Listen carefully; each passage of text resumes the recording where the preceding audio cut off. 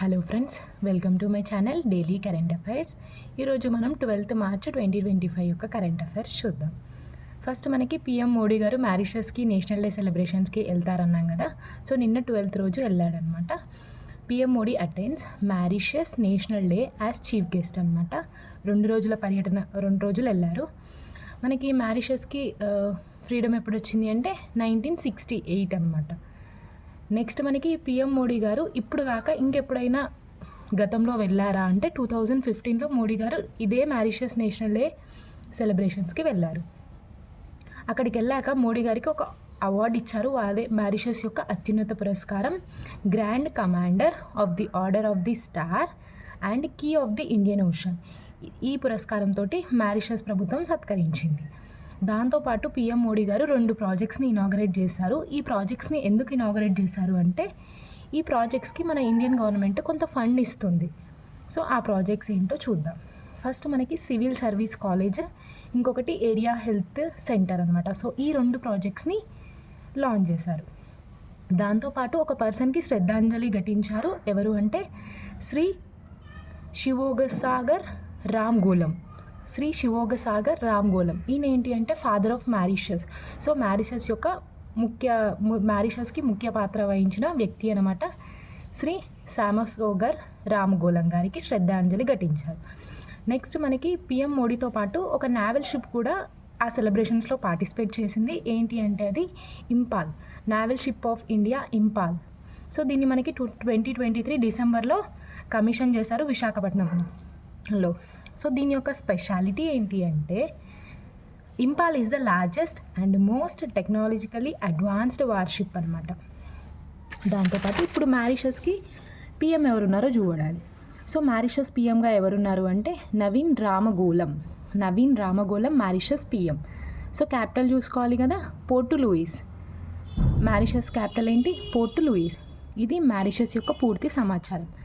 Next మనకి national archives of India అనే ఒక సంస్థ 135th ఫౌండేషన్ డేని సెలబ్రేట్ చేసుకుంటుంది. ఈ నేషనల్ ఆర్చీవ్స్ ఆఫ్ ఇండియా అంటే ఏంటి అంటే ఏవైతే గవర్నమెంట్కి సంబంధించిన డాక్యుమెంట్స్, ఇంపార్టెంట్ ఆస్పెక్ట్స్ ఏవైతే ఉంటాయో అవన్నిటిని ఇది స్టోర్ చేస్తుంది అనమాట. సో ఇది ప్రిజర్వ్ చేస్తుంది నేషనల్ ఆర్చీవ్స్ ఆఫ్ ఇండియా. ఈ నేషనల్ ఆర్చీవ్స్ ఆఫ్ ఇండియా ఏ మినిస్ట్రీ పరిధిలో పనిచేస్తుంది అంటే మినిస్ట్రీ ఆఫ్ కల్చర్. సో ఈ 135th ఫౌండేషన్ డే సందర్భంగా ఇది ఒక ఎగ్జిబిషన్ని ఆర్గనైజ్ చేసింది. ఆ ఎగ్జిబిషన్ పేరు ఏంటి అంటే Indian heritage through architecture. Tuesday రోజు 11th మార్చ్ రోజు దీన్ని న్యూఢిల్లీలో ఆర్గనైజ్ చేసింది. సో దీన్ని ఎవరు ఇనాగరేట్ చేశారు అంటే మన మినిస్ట్రీ ఆఫ్ కల్చర్ అయిన గజేంద్ర సింగ్ షెకావత్ గారు దీన్ని ఇనాగరేట్ చేశారు. దాంతోపాటు నాయ్, so national archives of India 1891లో ఎస్టాబ్లిష్ అయింది. ఇది ఒకటి లాంచ్ చేసింది ఏంటి అంటే జ్ఞాన్ భారతం మిషన్. సో ఈ 135th ఫౌండేషన్ డే సందర్భంగా జ్ఞాన్ భారతం మిషన్ని లాంచ్ చేసింది. జ్ఞాన్ భారతం మిషన్ అంటే ఏంటి అంటే మనకి మాన్యుస్క్రిప్ట్స్ ఉంటాయి కదా. సో పురాతన మాన్యుస్క్రిప్ట్స్ కానీ ఏవైనా డాక్యుమెంట్స్ కానీ వాటిని డిజిటల్గా స్టోర్ చేయడం అనమాట. సో 1 crore డాక్యుమెంట్స్ని డిజిటల్గా స్టోర్ చేయడం. సో మన కల్చర్ని ప్రిజర్వ్ చేయడానికి, హెరిటేజ్ని ప్రిజర్వ్ చేయడానికి ఇది ఎంతో ఉపయోగపడుతుంది. So Gyan Bharatam mission, it is the conversation and documentation of our manuscripts heritage అనమాట. ఇది 2025-26 బడ్జెట్లో దీన్ని అనౌన్స్ చేశారు. మినిస్ట్రీ ఆఫ్ కల్చర్ పరిధిలో ఈ మిషన్ అనేది నడుస్తుంది. నెక్స్ట్ మనకి ఒక స్కీమ్ 6 years కంప్లీషన్తో వార్తల్లో ఉంది. ఆ స్కీమ్ ఏంటో చూద్దాం. PMSYM, ప్రధానమంత్రి శ్రమ్ యోగి మన్ధన్ యోజన. ఇదేంటి అంటే అన్ఆర్గనైజ్డ్ సెక్టార్స్కి ఒక బెనిఫిట్ లాగా అనమాట. సో మనకి ఎట్లయితే మహాత్మా గాంధీ నేషనల్ రూరల్ ఉంటుందో సేమ్ అలానే ఇది ఒక స్కీమ్ అనమాట. సో దీన్ని ఎప్పుడు లాంచ్ చేశారు అంటే 2019లో. నెక్స్ట్ మనకి సావిత్రిబాయి పూలే గారి డెత్ యానివర్సరీ అనమాట, 10th మార్చ్ రోజు. ఎప్పుడు పుట్టారు సావిత్రిబాయి పూలే గారు అంటే 3rd January 1831. మనకి గుర్తున్నట్టయితే 3rd Januaryని తెలంగాణ ప్రభుత్వం మహిళా టీచర్స్ డేగా జరపాలని నిర్ణయించింది కదా, అది చాలా ఇంపార్టెంట్. నెక్స్ట్ మనకి ఢిల్లీ లెఫ్టినెంట్ గవర్నర్ వినయ్ కుమార్ గారు అమృత్ బయోడైవర్సిటీ పార్క్ని ఇనాగరేట్ చేశారు. Amrit biodiversity park. నెక్స్ట్ మనకి Lok Sabha passes bill of lading bill 2025. ఈ బిల్ని పాస్ చేసింది. అసలు ఎందుకు పాస్ చేయాలి దీన్ని అంటే 169 ఓల్డ్ కొలనల్ షిప్పింగ్ లాని మార్చేందుకు. ఆ లా ఏంటిదో తెలుసుకోవాలి కదా మనము. Indian bills of lading act 1856 దీన్ని మార్చి ఇలా చేస్తారు అనమాట. సో బిల్ ఆఫ్ లేడింగ్ బిల్ని పాస్ చేసింది. సో ఈ పాత బిల్ని తీసేసేందుకు దీన్ని లాంచ్ చేసింది. So Indian bills of lading act 1856. Next మనకి ఉమెన్స్ డే మొన్ననే జరిగింది కదా. సో దానికి కంటిన్యూషనే కొన్ని సంస్థలు కొన్ని లాంచ్ చేస్తాయి. అదేంటో చూద్దాం. SBI launches collateral free digital SME loan అనమాట. Collateral free digital SME loan. SME loan అంటే ఏంటిది? స్మాల్ అండ్ మీడియం ఎంటర్ప్రైజెస్కి, ఎవరైతే ఉమెన్ ఎంటర్ప్రైజర్స్ ఉంటారో వాళ్ళకి లోన్స్ ఇచ్చేదనమాట. సో కొలాటరల్ ఫ్రీ అంటే ఏది కుదవబెట్టకుండా అమౌంట్ ఇస్తారు అనమాట. సో మనకి డాక్యుమెంట్స్ కానీ ఏం లేకుండా they will give the loan. So అది అనమాట. ఆ లోన్ పేరు ఏంటి అంటే ఎస్బీఐ అస్మిత. సో మనకి ఇదే రావచ్చు ఎగ్జామ్లో. ఎస్బీఐ అస్మిత అనేది రీసెంట్గా వార్తల్లో ఉంది. అది ఏంటి అని, అదేంటి అంటే ఎస్బీఐ అస్మిత అనేది లోన్ ఫర్ ఉమెన్ ఎంటర్ప్రినర్స్కి విచ్ ఇస్ కొలాటరల్ ఫ్రీ. దాంతోపాటు ఎస్బీఐ నారీ శక్తిని కూడా లాంచ్ చేసింది. ఇది ఏంటి అంటే ప్లాటినం డెబిట్ కార్డ్ అనమాట. Debit card for women Nari Shakti. SBI Asmita Nari Shakti. Next మనకి రూపీ 112 కంపెనీ. ఇది ఒక కంపెనీ అనమాట. Launches India's first fully automated WhatsApp loan disbursal.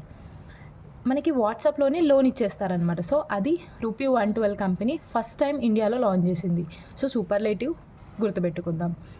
Next మనకి అజయ్ దేవ్గన్, హీరో అయిన అజయ్ దేవ్గన్ ప్రిజ్మెక్స్ అనే ఒక ఏఐని లాంచ్ చేశారు. సో ప్రిజ్మిక్స్ ఎవరు లాంచ్ చేశారు? అజయ్ దేవ్గన్. దీని యొక్క మెయిన్ ఏంటి అంటే ఏఐ కంటెంట్ని జనరేట్ చేస్తుంది. అంతే, ఒక మాటలో చెప్పుకోవాలంటే ఏఐ కంటెంట్ని జనరేట్ చేస్తుంది ప్రిజ్మిక్స్. దీన్ని అజయ్ దేవ్గన్ లాంచ్ చేశారు.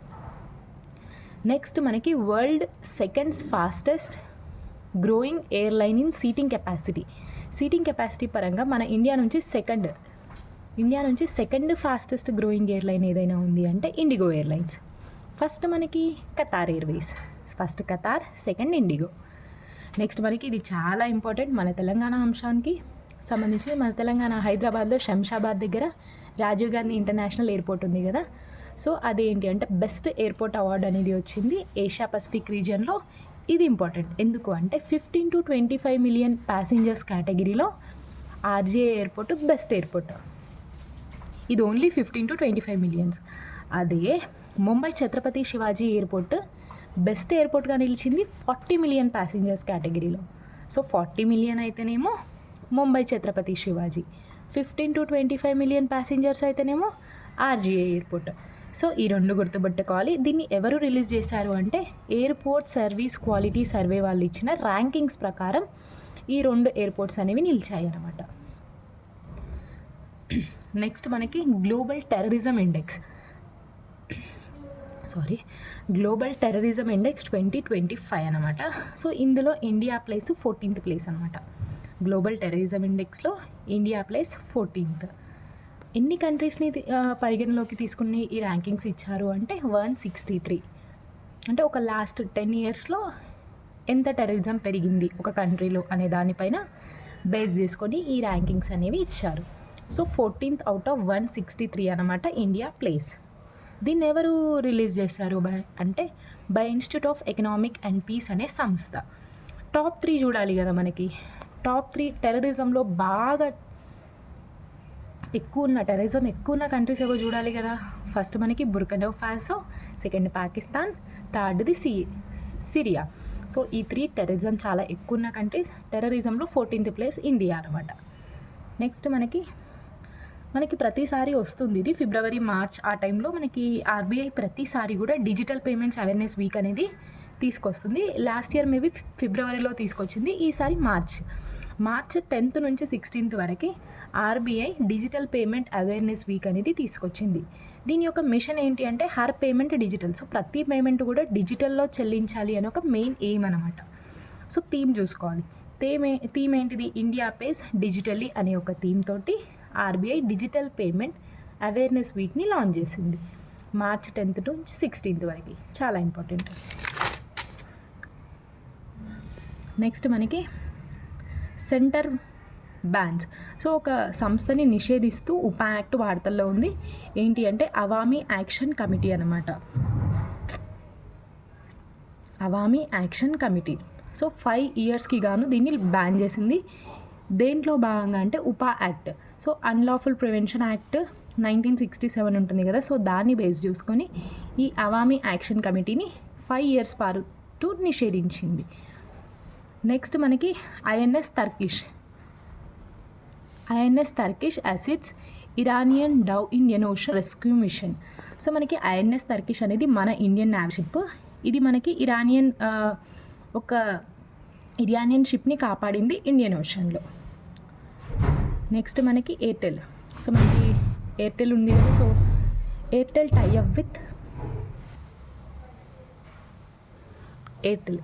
Tie up with Elon Musk SpaceX సంస్థతోటి ఒప్పందం కుదుర్చుకుంది. ఎందుకు అంటే హై స్పీడ్ ఇంటర్నెట్ని ఇండియాలో తీసుకురావడానికి. Airtel tie up with Elon Musk SpaceX సంస్థతోటి హై స్పీడ్ ఇంటర్నెట్ ఇండియాలో తీసుకురావడానికి. నెక్స్ట్ మనకి Coinbase registers with Indian financial intelligence unit to launch crypto trading in the country. So cryptocurrency ఉంటుంది కదా, so దాన్ని ఇండియాలో తీసుకురావడానికి సో కాయిన్ బేస్ అనే సంస్థ ఇండియన్ ఫైనాన్షియల్ ఇంటెలిజెన్స్తో రిజిస్టర్ చేసుకుంది. నెక్స్ట్ మనకి world's most polluted capital in 2024. So in 2024లో వరల్డ్ మోస్ట్ పొల్యూటెడ్ క్యాపిటల్ ఏంటి అండ్ కంట్రీస్ ఏంటి అనేవి బై IQA రిపోర్ట్ అనేది చెప్పింది. సో 7th ఎడిషన్ అనమాట ఇది. So top 5 countries, the most polluted countries ఏవైతే ఉన్నాయో చూద్దాం. First Chad, Bangladesh, Pakistan, democratic republic of Congo, ఇంకా మన ఇండియా. సో 5 కంట్రీస్ అండి ద మోస్ట్ పొల్యూటెడ్ కంట్రీస్. కానీ ఓన్లీ ఒక 7 కంట్రీస్ మాత్రమే WHO నిర్ణయించిన ఎయిర్ క్వాలిటీ స్టాండర్డ్స్ అనేవి పాటిస్తున్నాయి అనమాట. ఓన్లీ ఒక 7 కంట్రీస్. సో ఇండియాలో కనుక చూసుకున్నట్టయితే 20 సిటీస్ కనుక వరల్డ్లో పొల్యూషన్ ఉంటే అందులో 13 సిటీస్ ఇండియా నుంచే ఉన్నాయి. చూడండి ఎంత దిగజారిపోయింది పొల్యూషన్లో. India has 13 out of 20 cities in pollution. So first చెప్పినట్టు మోస్ట్ పొల్యూటెడ్ సిటీ ఏందో చూద్దాం కదా, బైమిహాత్. సో ఇది అస్సాం మేఘాలయ బార్డర్లో ఉండే ఒక సిటీ అనమాట, బైమిహాత్. నెక్స్ట్ మనకి అబ్సల్యూట్గా New Delhi. So బైమిహాత్, New Delhi the most polluted cities in India. So ఈ 13 గుర్తుపెట్టుకోవాలి. ఇంకా 5 కంట్రీస్ ఈ మోస్ట్ పొల్యూటెడ్ సిటీస్. దీన్ని ఎవరు రిలీజ్ చేశారు అంటే IQA రిపోర్ట్ 7th ఎడిషన్. నెక్స్ట్ మనకి ఆస్ట్రేలియా ఇంగ్లాండ్కి మధ్య 150 యానివర్సరీ టెస్ట్ అనేది జరగబోతుంది. ఎక్కడ అంటే మెల్బోర్న్ క్రికెట్ గ్రౌండ్ ఇన్ 2027లో, మార్చ్ 2027లో ఆస్ట్రేలియా ఇంగ్లాండ్కి మధ్య టెస్ట్ మ్యాచ్ అనమాట. 150th యానివర్సరీ సందర్భంగా మెల్బోర్న్ క్రికెట్ గ్రౌండ్లో మార్చ్ 2027లో. మనకి ఒక 2 years నుంచి కూడా మనం ఇది బాగానే చూస్తున్నాం. Wrestling federation. సో మనకి ban lifted on wrestling federation of India and also recognised as the NSF sports అనమాట. నేషనల్ స్పోర్ట్స్ ఫెడరేషన్గా దాన్ని రికగ్నైజ్ చేశారు. So wrestling federation of India పైన నిషేధం ఎత్తివేశారు. సో ఇంపార్టెంట్, దాన్ని NSF స్పోర్ట్స్గా గుర్తించారు. 1-liner. So DRDO develops hypersonic Brahmastra మిసైల్ని డెవలప్ చేసింది. దాని స్పీడ్ కనుక చూసుకున్నట్టయితే 12,144 km/h అనమాట. సో బ్రహ్మాస్త్ర మిసైల్ ఎవరు డెవలప్ చేశారు అంటే DRDO. నెక్స్ట్ మనకి నేషనల్ ఫోరెన్సిక్ సైన్స్ యూనివర్సిటీ భోపాల్లో ఉంటుంది. ఇది ఏం డెవలప్ చేసింది అంటే ఒక AI టూల్ అనమాట. సో దీని యొక్క మెయిన్ ఉద్దేశం ఏంటిది, AI tool to identify fake emails. So మనకి ఫేక్ ఈమెయిల్స్ వస్తాయి కదా, సో వాటిని ఫేక్ బాంబు బెదిరింపులు ఉంటాయి కదా, వాటిని ఇది ముందే గుర్తిస్తుంది అనమాట. నేషనల్ ఫోరెన్సిక్ సైన్స్ యూనివర్సిటీ భోపాల్కి చెందిన సంస్థ అనమాట.